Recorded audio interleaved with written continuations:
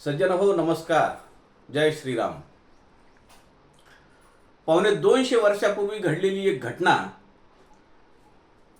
समर्थ रामदास स्वामींच्या चरित्रामध्ये ती मी आपल्याला सांगणार आहे आणि आपण त्याचे साक्षीदार होऊ शकता. प्रसंग असा आहे, परभणी जिल्ह्यातल्या वसमतनगरमधले रंगा महाराजांचे वंशज आदरणीय योगीराज महाराज भागानगर अर्थात हैदराबादला राहत होते. एक दिवस आनंद चैतन्य यती नावाचे एक स्वामी त्या ठिकाणी आले आणि त्यांनी आशीर्वाद दिला की उद्यापासून रामदास स्वामींचं ओवीबद्ध चरित्र तुम्ही सांगायचे.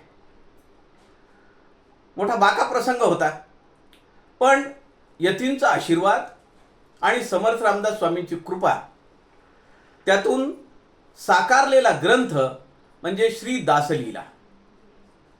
36 अध्याय. यामध्ये समर्थ रामदासांचं सगळं चरित्र एका वेगळ्या पद्धतीने ओघवत्या वाणीमध्ये प्रासादिक भाषेमध्ये योगीराज महाराजांनी सांगितलं. आता हा ग्रंथ पावणे 200 वर्षापूर्वी सांगितला, विस्मरणात गेला.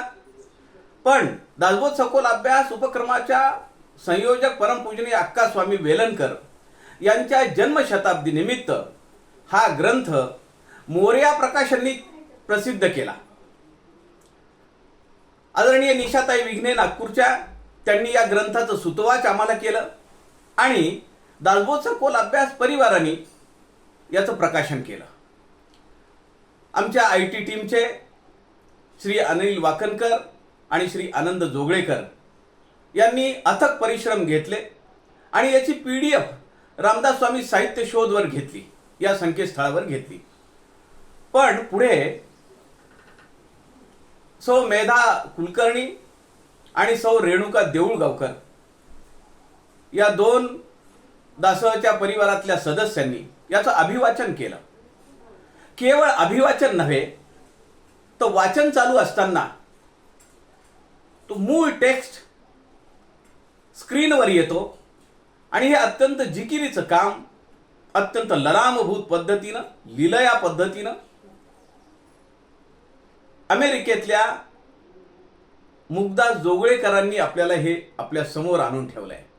सज्जनांनो, आज हयपती, नरपती, गजपती, अश्वपती, हिंदवी स्वराज्याचे संस्थापक छत्रपती श्री शिवाजी महाराजांच्या राज्याभिषेकाच्या सोहळ्याचा दिन आपण मुहूर्त घेतला आणि या शिवाजी महाराजांच्या राज्याभिषेक सोहळ्याचं निमित्त करून या मुहूर्तावर आपण समर्थ रामदास स्वामींचं अत्यंत रसाळ प्रासादिक वाणीत असलेलं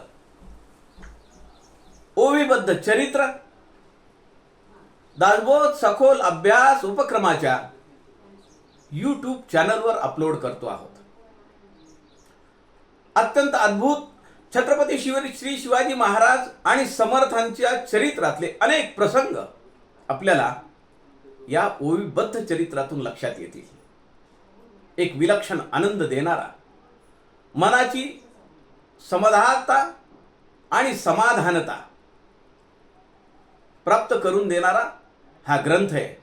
याचं वाचन, याचं श्रवण आपल्याला समर्थ संप्रदायात एक वेगळा आयाम निर्माण करून देईल असा मला विश्वास आहे. अनेकांनी या कामासाठी अत्यंतिक परिश्रम घेतले. आपण दासबोध सखोल अभ्यास उपक्रमाच्या YouTube चॅनलवर श्री दासलीला या ग्रंथाचं श्रवण करावं, त्याचं वाचन करावं अशी आपल्याला आजच्या अत्यंत शुभ दिनी विनंती करतो आहे. जय जय रघुवीर समर्थ.